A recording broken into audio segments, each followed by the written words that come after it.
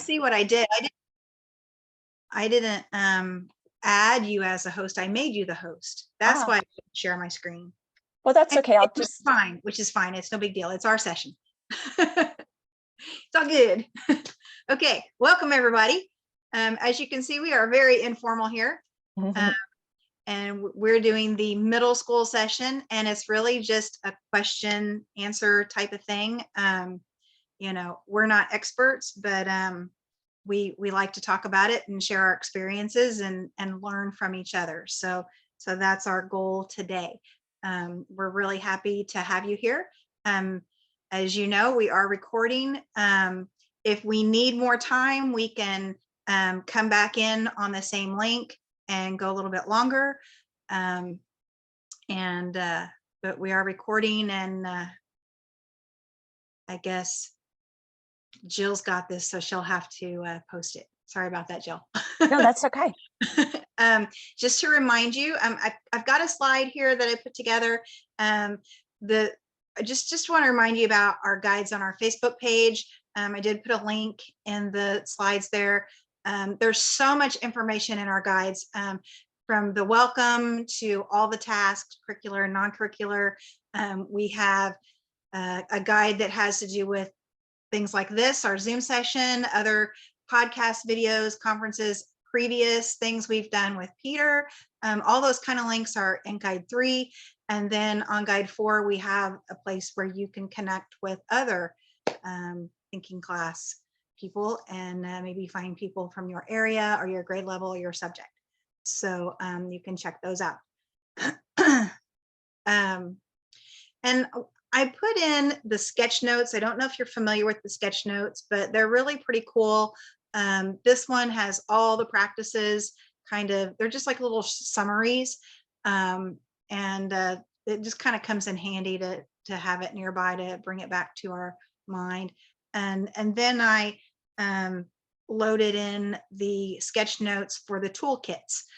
These are our toolkits in case we need to refer back to them today, or maybe you need it up front and fresh for you also. I, for one, forget what's in what toolkit. So it helps me. So I loaded that in, and then I think behind that is the sketch notes for the toolkits, which are really cool. A lot of cool notes there to go along with those. And I'd just like to add that Dana put the links to these files, and the slideshow is linked in the Facebook group. It's on the event. But I just thought these sketch notes for the toolkits was really cool. So, and I think they are somewhere in the guides, but I can go back and look, and if not, then I can get that link in there. I have lots of pictures from the Building Thinking Classroom conference that was in Franklin, Indiana. One of our group members shared these pictures from that conference about the new notes, and I just thought they were really cool and really helpful. So I just loaded in a bunch of pictures in case you want to skim through them at some point and get an idea of what might work for some of your content that you teach. Now, obviously, we're not teaching quadratics in middle school, but still, it just kind of gives us that reference of what, if you want to do the new notes, if you want to stay with the other kind, that's cool too, whatever works for you. But this is the new notes. So I just loaded in a bunch of the pictures. I think it was almost all of them. Because every one I looked at, it's like, oh, that one's cool too. So I just loaded them all. But I'm excited to try the new notes. I didn't have a lot of success with the other notes, and that could have been me personally.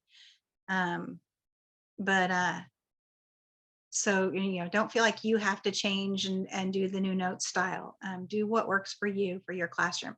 That's one of the things that I really like about this whole model, is that, in other sessions that we've had with Peter, he's often said to mold it to work to your classroom.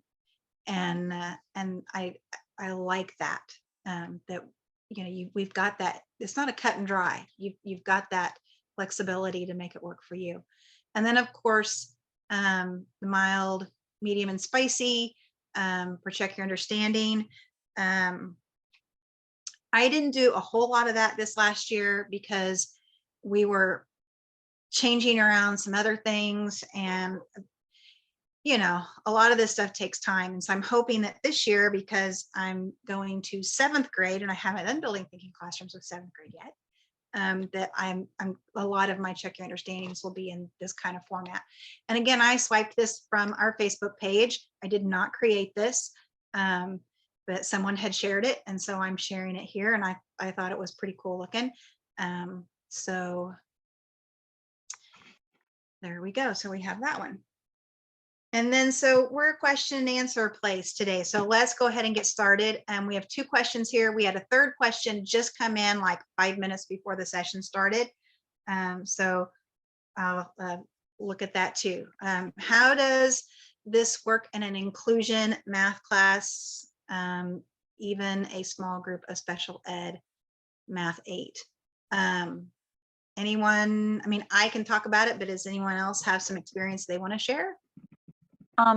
And as you share, feel free to unmute or post your feedback or experiences in the chat, and we'll read it.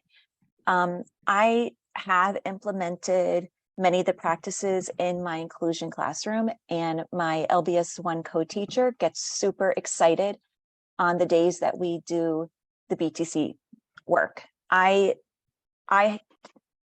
don't implement it every single day. We try to get up to the boards at least 2 days a week. I also balance it out with Desmos and other activities. But the days we do go up, it is wonderful in my inclusion classroom because we have 2 teachers circulating and checking in with groups and joining groups together that are at the same pace. And we find that the students with IEPs, sometimes they thrive even better than the students who don't have IEPs. So we don't do anything with our random grouping. We just follow the same practices. We do random groups. Everyone goes at the boards. They work with different partners. And then after we're done at the boards, we will in with different students during the independent time. But it works very well, better in an inclusion classroom because there's 2 teachers circulating and providing hints and extensions. The only thing I found with being an inclusion classroom is my special ed counterpart had not read the book, you know, wasn't real familiar with how the whole process worked, had to learn it as she participated in class, and didn't quite follow my thoughts on it, which, you know, happens when you have 2 different adults in the room on anything, whether it's teaching or otherwise. But it went okay. I think you just have to work with it the best you can, you know, because that's the situation that we're in when it comes to the special ed kids. But I did the group work and everything. I did random groups, just like I always did with every other class. It was nice to have the other teacher there. But you know, it's as we know, it's a totally different thought process, and it's hard not to get to overhelp. And so I think that was my biggest issue, was trying to remind my special ed teacher not to overhelp and Yeah, give them time. yes, I'm always doing that. You're right. I'm always pulling him back and reminding him, let them figure it out. You're absolutely right. I'm just looking in the chat, and Nate, you commented on this. Dana is in a similar situation. So Nate, I don't know if you feel comfortable speaking, but he mentioned in the chat, he's moving from high school to middle school, just like you, Dana. And want to know if anyone had any experience with that transition. Sure, I'm happy to comment Yeah. or just expand. So yeah, I've done high school math for 7 years. It was always ninth grade, maybe a little 10th grade math, but kind of foundational level, and just had an opportunity to move sites and schools and grades that worked for me. But I'm a little like, oh gosh, like I thought I was dialed into ninth grade, and how was 8th grade and junior high? So where I am, it's ninth grade is in high school, 8th grade is in middle school. Um, so what are if particularly for people who taught both, like how does that differ? Why I'm here in the 6th to 8th grade chat all of a sudden. I haven't taught high school. However, I can comment real quickly, and then everyone else please jump in. I can comment that middle schoolers need modeling. They need to be shown how to stand at the boards, how to pass the marker, how to stand in the center of the room during consolidation. And you actually, in my 7th grade classroom in the beginning of the year, during the non-curricular task, we actually practice getting into random groups, going to the boards. I actually model it with my co-teacher as well in the classes that I have a co-teacher. So modeling is super important. You cannot assume that they know how to stand up, go to the boards, and get started.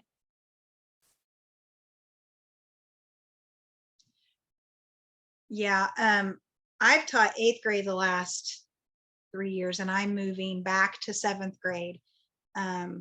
But I've done the last 2 years with 8th grade with the building thinking classrooms. And what I'll say about 8th graders is they're going to be very similar to your 9th grade. In my experience with 8th graders, as I love them, they tend to be mouthy. And I'm sure that 9th graders are very similar. At least my experience with 8th grade has been that way. Not all of them, but they're a little less reluctant to try new things. That's one of the things I like about 7th graders. They're not quite there yet. But I think you'll find your experience with 8th graders will be a lot like your 9th grade. And I don't think you'll find a whole lot of differences there.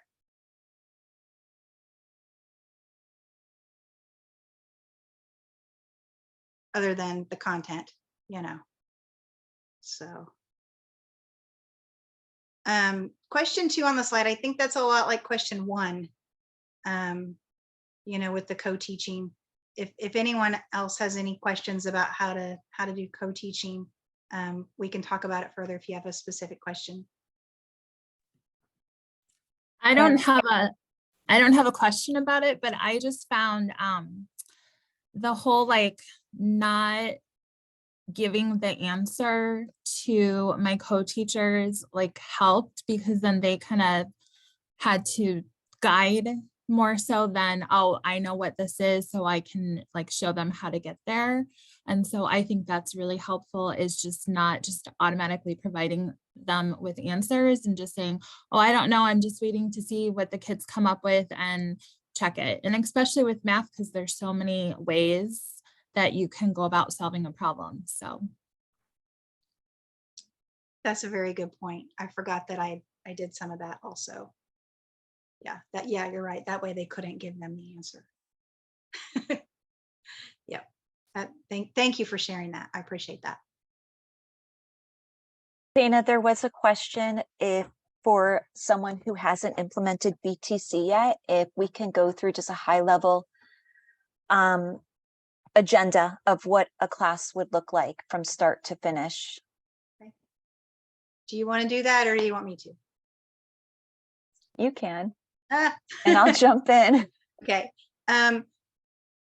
So it kind of depends on a little bit of whether we're doing tasks or whether we're doing thin slicing that day, because those are 2 different things. But it's time at the boards. So we would be at the boards with 8th graders. I found if I kept it around 20 to 25 minutes or so, that was usually about all they could do at the board. They were ready to shift to something else. So I tried to watch the time on that, because otherwise they would start to get bored and be off task, and conversations they shouldn't have, down with other groups where they shouldn't be, and that kind of thing. So you might want to watch that. Not so much at the beginning, but as you get into that like third or fourth week and the kids are starting to get comfortable with the process, you might see that you may have to kind of watch how long you're at the boards.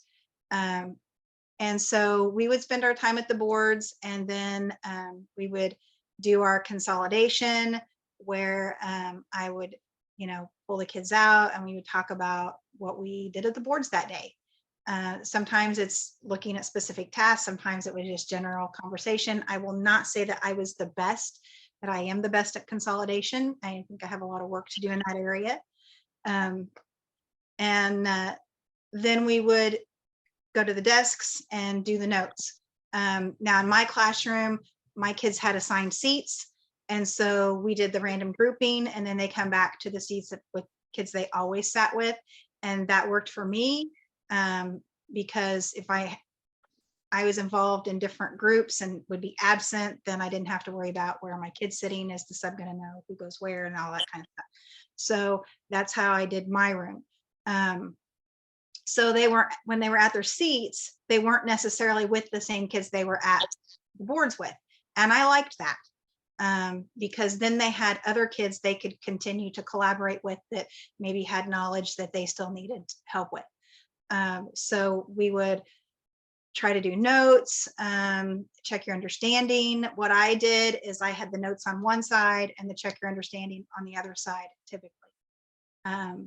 And then I would provide answer keys a couple days down the road in Google Classroom. So we did Google. So that's kind of how we did ours. We had like a 48-minute class. And by the time we did all of that, it was usually towards the end of period and they were still working on check your understandings and that kind of stuff. So that's how a typical day would have gone for me. And I'm adding that I haven't implemented the final toolkit for assessing and grading. So I generally would do a check. We call them a CFU, check for understanding, but the check your understandings will be a little slip of paper with an application problem related to what the day's work was. And sometimes I would grade them as a formative assessment, as an assessment. Sometimes I wouldn't, but I still am required to do traditional grading a couple grades a week. So, but there is a session on assessment and grading, not tomorrow, but the following Monday with two facilitators who can walk you through that if anyone wants to talk about. Right. Yeah, I didn't do the standards-based grading either because our school wasn't set up that way. So I'm like you, Jill, I still had to provide a couple of grades each week. What I did was we did mini quizzes that were worth 10 points, and we let them use their notes and check your understanding on it as a way to give them some incentive to do notes and check your understanding. And so that's what we did along with regular assessments. We always that's one thing that my I only have a co-teacher for one class out of 5 classes in my middle school environment, but the one thing we agree on, the entire vertical math team, is to let students use their notebooks, because it does teach them to, they start to value their notebooks as a valuable resource, and they start to learn to go to them before asking for help. So we also have a lot of open notebook assessments, and it really helps add value to note-taking for their forgetful future selves. Right. Marcia, do you know if, do you do standards-based grading or I see a question about formative and summative assessments. Is she still here? Maybe give time to type a question. How do you, oops. Does anyone else on the call have any feedback for assessments? The different ways you do formative and summative. Yeah, we do the bell ringers, and we would do a test, which they could not use their notes on.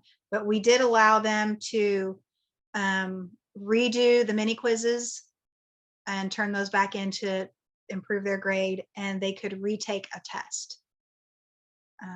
But they could not use their notes on it.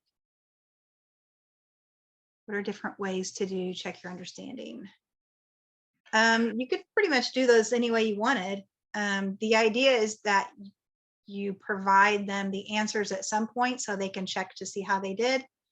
You know, like Jill said, she gave them a slip of paper. Mine was on the back of the notes usually. I mean, I think you could, if you did IXL or you did Delta Math or anything like that, you know, as long as it's a process where they can get the feedback on how they're doing. I guess, you know, even if it were, you know, just homework, you have to do what works in your school. If you have to give homework and assign grades, then you could call it check your understanding that way. You know, it's a lot of the ways, you know, a lot of times we can get around things with the way we word it. So Nate was going to add to the conversation. Just a couple of comments there about, and Jill, I see you responding about CYUs, about kind of motivation. Like, okay, we assess, we allow them to use their notes. There's a variety of activities. We want to keep kids engaged so that they don't, you know, lose focus. And in ninth grade, I just really wrestled with, like, I started with, like, exactly as the book says, like, CYU is your understanding. I don't collect it. I don't grade it. Notes are for you, for your future self. And I just found, like, most ninth graders and 10th graders who were repeating, 11th graders who were repeating the second time, you know, like, they don't have the maturity to, like, think about what they're going to want to eat for lunch, let alone in a week with the unit test, what am I really wish I remembered and had those on. And so I kind of reverted to, I wasn't super happy, but I sort of felt it's better than letting them drown in the deep end. So I required some form of annotated problems as practice. And so I'm just wondering, in middle school, how do you, have any of you who taught it had this, felt like you had a good system for helping students start to take responsibility for their learning without it just them falling on their flat on their face and coming to the wrong conclusion that in fact, see, I can't learn math, when what it really should be is, oh, I need to prepare and study and then I can learn math. You know, if that's, I heard some open notes on tests, you know, is it keeping them accountable to making notes, to practicing something? Any thoughts you have on that puzzle? Most of the reason why we keep open notebook is because we are teaching them to be able to apply what they've learned to new situations versus memorizing or copying a procedure. So that's our justification for keeping open notebooks for most assignments. So like a assessment would be more like a task where it's an application, not just two-step equation, solve it. A combination of different types of problems. We have to balance it out. It's hard. I don't know what the right balance is, because I know on high stakes district level tests, they can't use their notebooks and we have to cover up our walls. So there is no perfect balance, but we just find that they don't value their notes when they come into us. And the one thing we try to help them with is to help themselves. And by helping themselves, we try to teach them to stay organized. I actually go to the point where I have to say, okay, let's open our notebooks and, you know, fill out your notes. Like, we actually have to take time to pass out tape if they're going to tape a half sheet organizer into their notebooks. So maybe we're enabling too much in my school, but we find we have to take the time, and by the end of the year, they really value their notebooks, they use them, and they help themselves more than asking questions. I mean, that sounds really good. Like if they're learning it through the year. Can you talk a little bit more about what their notebooks are and how they, I mean, you said they can use it on the test, but is it example problems or annotated, or is it fill in the blank notes, or what is their notebooks? And do you collect or grade or assess whether they're doing that well or not? Well, usually for their notebooks, a lot of times and I also, I have English language learners, I have diverse learners, so I usually provide a half sheet for new material with key vocabulary, or a visual where they will complete it, or they'll write definitions of key vocabulary. Again, the vocabulary usually comes after the work at the boards, after the students come up with their own definitions, and then during consolidation, we'll try to come up with a common language and the actual academic vocabulary. Unless if it's during a notice and wonder before I introduce a task. But I don't do anything more than a half a sheet of organized notes or a graphic organizer on any given day, because that would just be too much. And sometimes they'll take examples from the boards and put it in their notebooks. I don't really have a set procedure, but they know that they can use them on most assignments. And if we don't let them use their notes on a summative assessment at the end of the unit, then I allow retakes.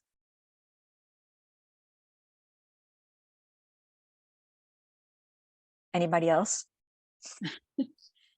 Because I feel like this part is not perfectly aligned to BTC practices. So I'm hesitant to talk more about what I do with note taking, because I'm very BTC on certain practices, but this is where I have to veer off a little bit just to meet the needs of my students and my community. So I'm happy to talk offline separately. Feel free to reach out to me. But does anybody else have any feedback? We have 16 people on implementing the BTC practices or a note taking afterwards.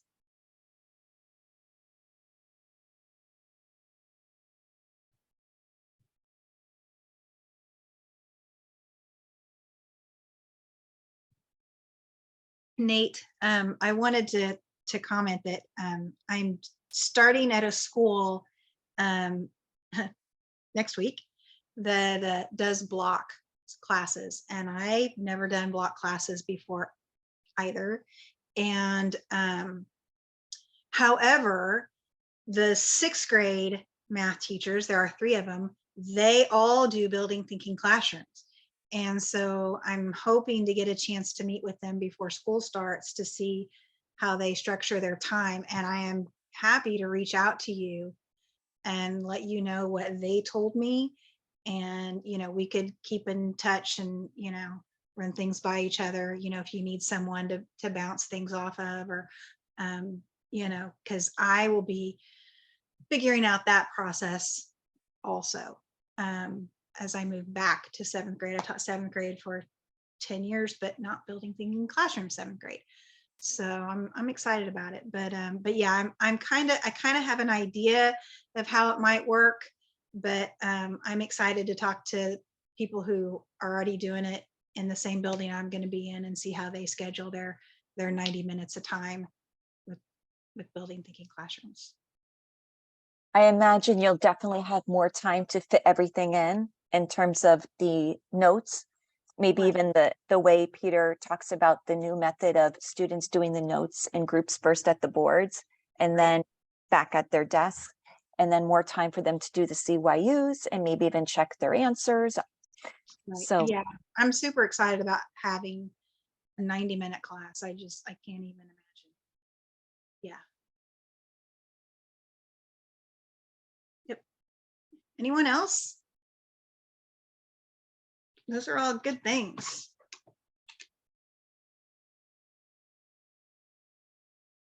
I like that you brought back up the toolkits. Anyone have any questions about anything at all? You might want to scan through these toolkits. It might bring something back that you thought you might want to ask about. And just to comment on Blake's comment, because I also have about 55-minute class periods, and in our consolidation session a couple days ago, we were talking about it doesn't always have to be a task, consolidate, notes, CYU every single day, and it's okay to carry over, especially with the shorter classes, as you mentioned, Blake. So even if they're excited at the boards and you don't want to stop them, it's okay not to be rigid and to go into the next day. And the next day when they come in, give them another problem, whether you're thin slicing or another task, and then call them to the center sooner and reconsolidate. So it's okay if it goes into the next day for shorter class periods.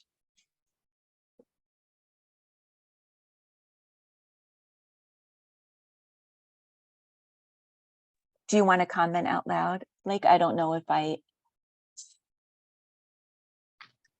commented correctly. No pressure. No, that was what I was asking about.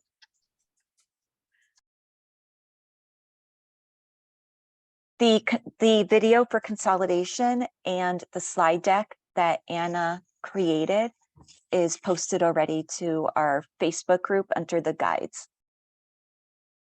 Every video and every slide deck pretty much will be posted under the guides in the section video podcasts. There's a spreadsheet for all the videos and podcasts, and then in the spreadsheet, there's a separate tab for this summer summit.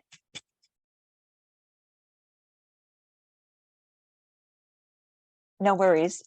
Chat is fine.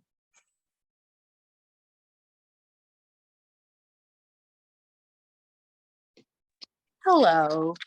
Hello. Can you hear me? Hi. So I'm just going to be totally vulnerable here and say this is my very first year I'm going to be trying out. I read the book. I mean, I have notes, and I don't know if you guys can see it, and I'm so excited about using, I'm so excited about using it, and it does totally align with my personal philosophy on most of the practices. And I've already been doing standard-based grading, and now I want to incorporate the different toolkits.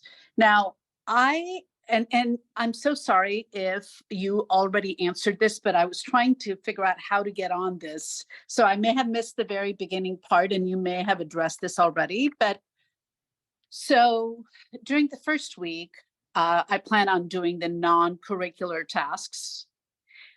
And do they usually finish during one period? My class periods are about 45 minutes. Do they, so they don't finish. So do you, I mean, for those tasks, do we consolidate for the non-curricular? I did not. Now there are some non-curricular tasks that they can finish. It also just depends on how much time you allow them at the boards. With it being the first of school, there's always other procedures, like if you have to do PBIS and that kind of stuff you have to do in those classes. So, or maybe the schedule's cut different for some of those days. So my kids, just depending on the task, usually didn't finish. And then of course, well, are you going to tell us the answer? No. And then I just kind of let it hang there. And then maybe a few days later, after everybody's done it, I'd tell them what the answer was. But I didn't worry about consolidating for those non-curricular tasks. No. And when? Go ahead. Oh, I was just going to say, Peter definitely recommends doing at least minimum 3 days or 3 non-curricular tasks. And he definitely recommends focusing on the first toolkit.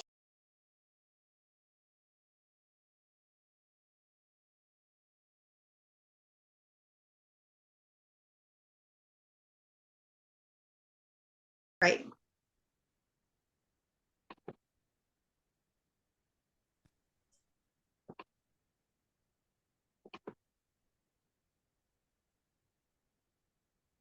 Can you see it? Yeah. Yep.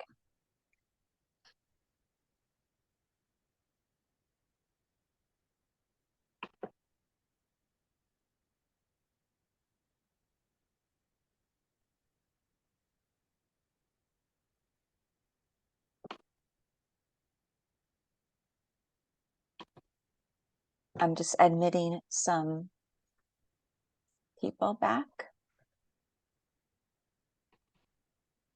Looks like people are joining back to finish that conversation. Yeah.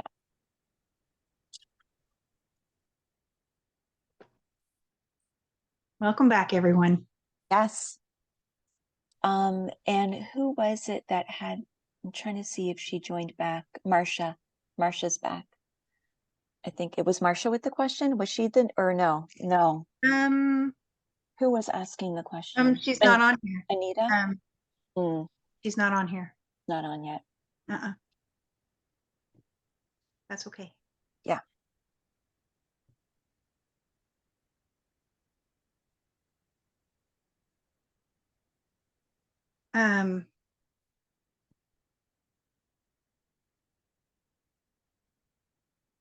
Jan, you had also posted a question on the Facebook page about the 90-minute blocks. And you say that you use video instruction. I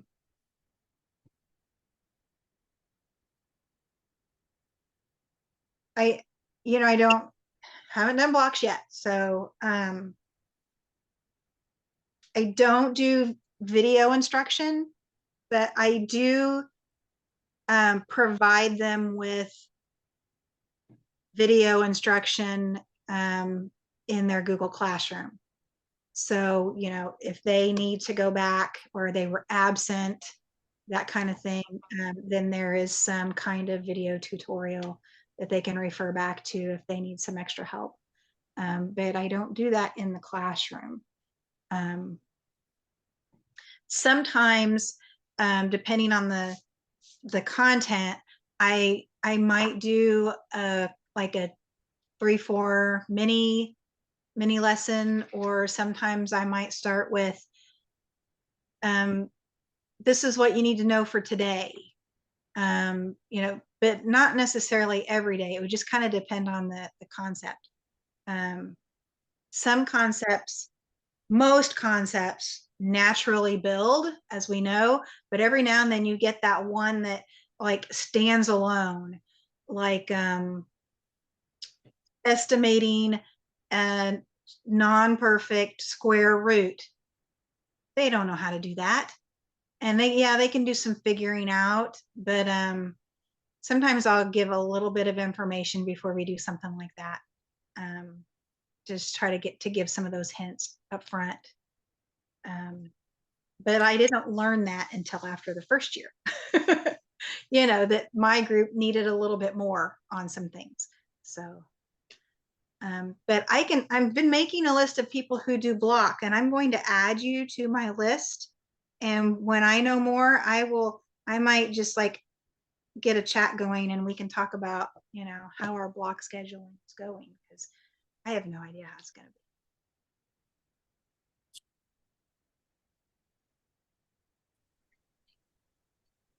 Nate commented, so, and you did implement BTC for 2 years, you said. Some of the practices, correct? I was going to try and speak to the previous question about that, because the thing about block is that you're like, oh, I have 90 minutes. And then you're like, yeah, but if it's a really true block schedule, they're doing 90 minutes a day because they do half the number of instructional days. And mine was called a 4x4, which means it was every day for 90 minutes for half a year. And you had to cram the entire year into that. And it really is fewer instructional minutes. So, I think BTC helps because it can, I think the learning curve gets exponential when students really are in flow. But when students are really in flow, like they'd go 60 minutes at the boards if it was really like they were feeling good, but it's really uneven. So the question I was going to have was about transitions, because I felt like, man, I got it dialed in, like when students were in flow and we practiced norms and group rules, and like they were working well at the boards, but then like getting back to the seats, it was like, herding cats, and I just, as a teacher, I don't like feeling like my goal is to make you do what you don't want to do, and your goal is to try and avoid doing what I want you to do. So that's where I felt like, boy, students can actually go a long time at boards, um, depending on the day, the time of day. But I think what I found is that sometimes they had expended so much thought, brain work on the boards, that consolidation was crickets. So I have a lot to work on, and I have board blocks coming up, so I'm really curious about trying out what are ways to develop norms and routines and good habits for lots of different modes of learning, not just standing at the boards. For the previous question about non-curricular tasks, I would say what I have found is I found it really better for me to have a clear idea about what is this non-curricular task teaching, and so to really identify, I want today it to be about how do you work together standing in a group of three, and tomorrow I want it to be how do we do a gallery walk. So we're going to practice those routines. So the point is not the content, it's the turn and talk routines, and the moving from one place to another routine. And sometimes it's the principle of that you need to make lots of mistakes in order to find out what works. So there's a non-curricular task geared towards that, and so I'm trying to. And then my last non-curricular task has always been the answers are on page 168 and 169, and I have a CYU that goes with it. So we practice what is a CYU, and why do we do that? And it's about the transfer from group understanding, knowing and doing, to individual knowing and doing, and how you need to check that. So that's not because there's only one way or one purpose of each non-curricular task, or there's only one way to start the year, but particularly in a condensed schedule, if I've got 3 days of non-curricular tasks, that's 6 out of a normal school year, and that's a lot to spend to not actually cover content. And so I just found I want to make sure I know what the purpose of this non-curricular task is, and so I spent a lot of work saying, okay, what are the norms, like just through trial and error? Oh, students need to be able to, have a conversation about the same math topic in a group, and students need to be able to, all the things, Jill, that you were saying about practicing routines. I was like, okay, I'll really zero in on that, and that's what I use my non-curricular tasks for. So I was really kind of didactic about the purpose.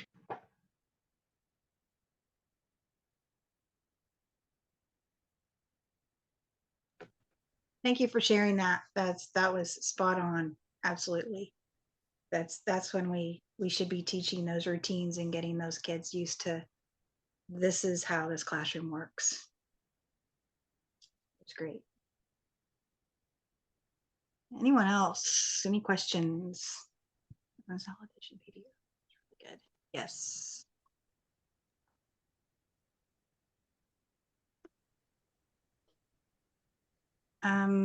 A lot of times people ask about what do you do when kids are absent? I kind of touched on that earlier. And Peter flat out said, I remember like sitting there watching him say it in that live webinar we had. I think it was the first one. He said, you cannot recreate the building thinking classrooms for kids when they're absent. And he said, so basically what he said was just do what you've always done for absent kids. You provide them with resources where they can learn the material. You circle back around with them. I heard someone in one of our sessions, Jill, I don't know if it was one that I was in with you, where someone had mentioned that they purposely the next day pair that student with students she knows that are capable and can help bring that student up to speed. with what we're doing. So that's an option. You know, I have a Google site where I provide videos, video tutorials and the classroom notes so that they have not only absent students, but all the kids have reference to those. But, you know, so I think you just have to figure out what works for your classroom and your school and the things that you do. But a lot of it is kind of just going back to what you've always done when you did traditional direct instruction, but then finding ways to loop them in the classroom when they're at the boards. So if someone else has something they do that works great for you, I'd love to hear about it. Love, love.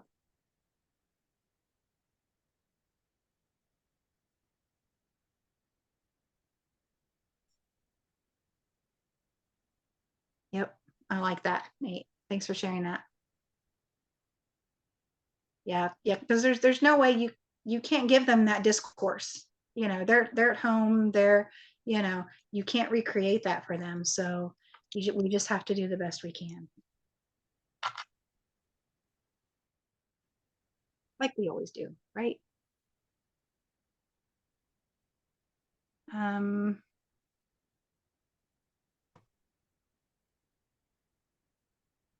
Let's see. I think, Yeah, go ahead. I was going to say, I think we covered all the questions. Mm-hmm. One of the other things that I've seen talked about a lot in other groups is what do you do about the student who doesn't work well with others? And I know I've had my share of those. And I think I do my random grouping differently than a lot of people do, or at least from what I've done in the past, because I've always made little picture cards and I stand there and shuffle them while I'm, you know, talking to the kids, and then I throw them out. And because of that, I could take that one kid who can't be with someone else for whatever reason and make a quick shift. Or sometimes I just leave that card out, and as I'm flipping through, I just kind of slide it in and slide one over. But you know, we have to do, you have to do what works for the group and keeping the peace, you know. So if when you have that student that for whatever reason can't work with another student, you know, you just have to make those accommodations, is what I found. If you've done something different, please let me know. There was a decent conversation on this topic in the intro session. And similarly, some teachers, I think, said also you could just give us that student a choice for the day. I mean, it is middle school and we do have to meet their SCEL needs as well. So do you want to work at your desk by yourself, or do you want to join a group? I also have some unique situations, whether it's a safety plan or whether it's a native language speaker, Spanish speaker, who is randomly grouped with 2 other students who do not speak any Spanish. So my students know that the groups are random, but they also know that at the end of the day, once in a while, once I glance at the groups, I need to make a quick little switcheroo, and they're fine with that. Yes, I often had to. I forgot about that, Jill. I'm glad you brought that up.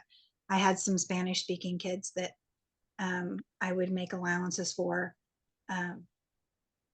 My Japanese young man seemed to do okay, but my Spanish speaking kids did so much better when they were with the other Spanish speaking students. What practices build trust and rapport and goodwill between you and students? Wow. For me, I think that is, I just try to be real with them. I try to get to know them the best I can. Know, you know, I think a lot of teachers are like, you know, you wouldn't be in teaching if you didn't like get to know your kids. If you don't, then, you know, that's our job, get to know our kids. But and I think it's just relating to them in a real way.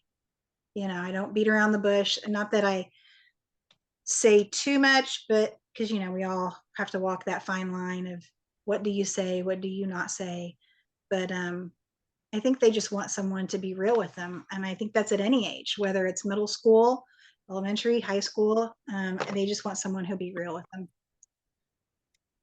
That's my experience anyway. But and not, you know, make a fool of them in front of their friends. So if anyone has something to add, please add, because I am certainly not an expert. I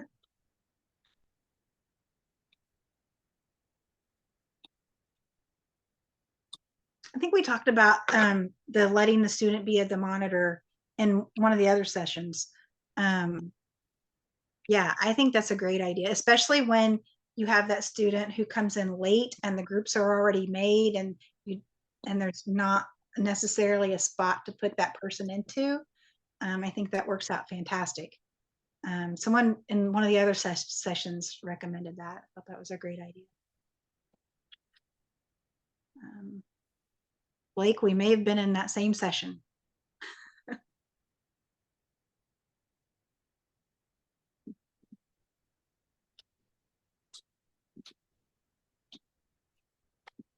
Yeah, I do too, Jill. I work on relationships all the time. All the time. I think that's the key. My school is really big on restorative conversations. We have a youth intervention specialist who helps with restorative conversations, but that is the theme of my school, being where we are located.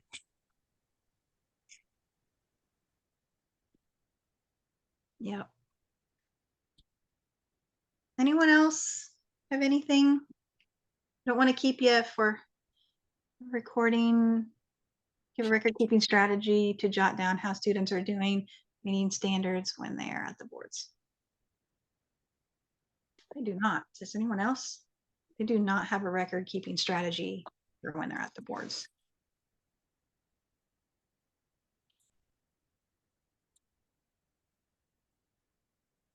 But I think it's so cool when you're standing back and watching them, and not that it's cool that they're making the mistake, but that they're all making the same mistake, and you can see it happening all at the same time. And I always go back and think, gosh, if they were sitting at their desk doing a worksheet, I would never have known that many kids were all doing the same thing wrong. You know, I like it when I see that they all do the same thing wrong, because I don't know, I just think that's cool. I love it too. It makes me so happy to stand in the middle of the room and just look around in the circle to see everyone working. Mm-hmm. And use it at the beginning of your students.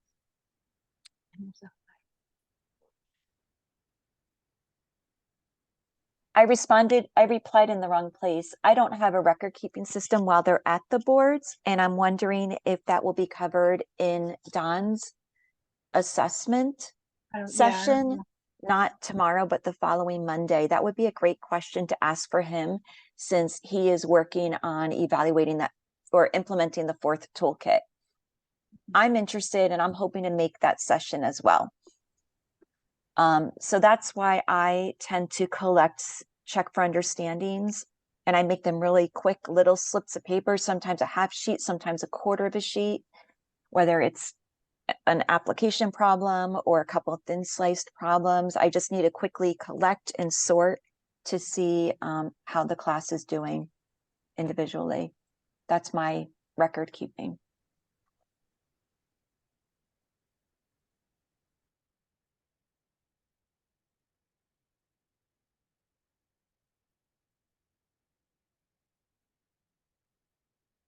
Someone asked about rubrics for behaviors and group work and collaborating.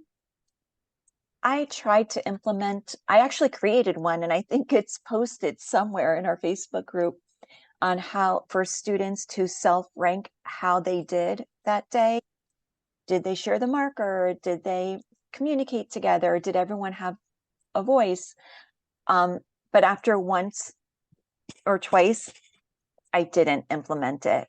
Has anyone That's the question as far as implementing a rubric, whether it's students self-monitoring or the teacher.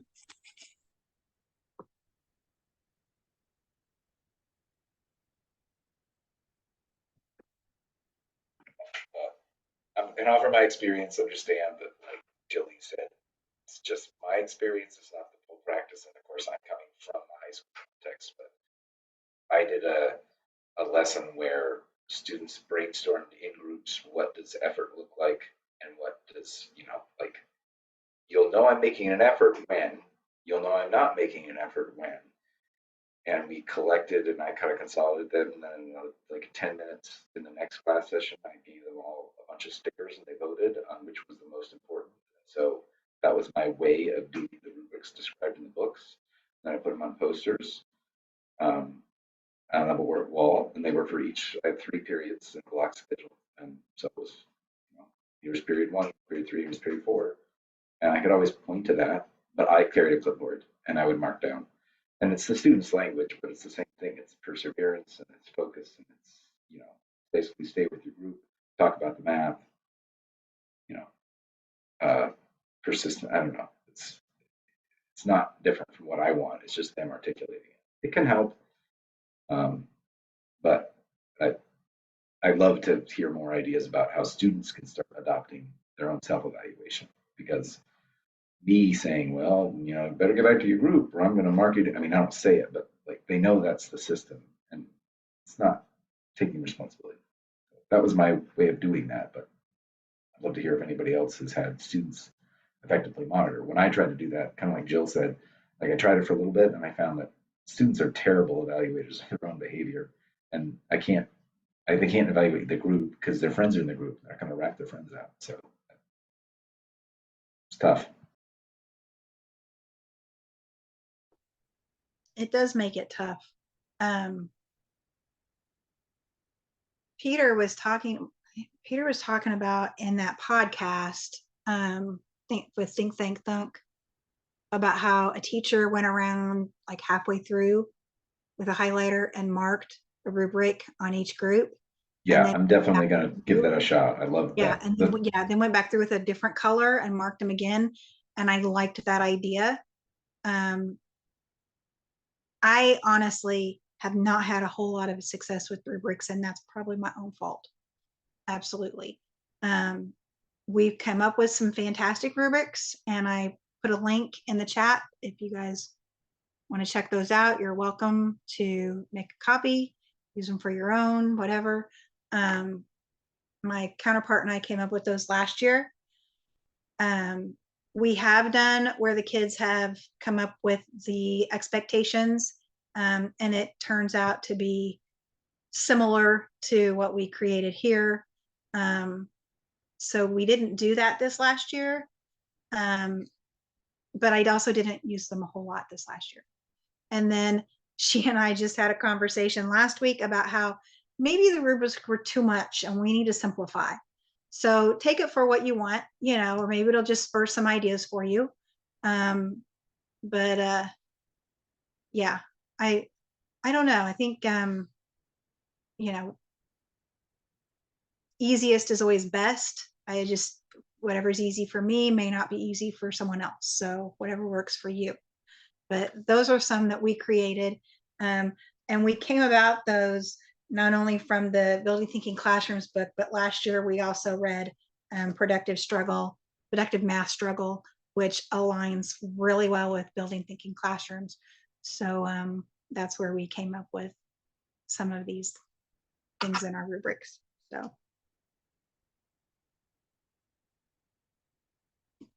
I want a massage too. Cute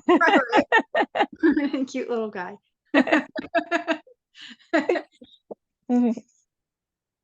I think that's better than Ahmed, the skeleton, Jill. Yeah, right. He's telling me it's his turn on the computer now. I know. Oh, right. My son was just next to me similarly. I think we're done. I think this was a great session and we're going to have more of them. And the Facebook group is a great way to stay connected. Yep. Thank you everyone so much for joining back after the session ended. It was good conversation. Yep. Please don't hesitate to post on the Facebook page anytime you need help or questions, because we've really got a great community. Yeah. Thanks, everybody.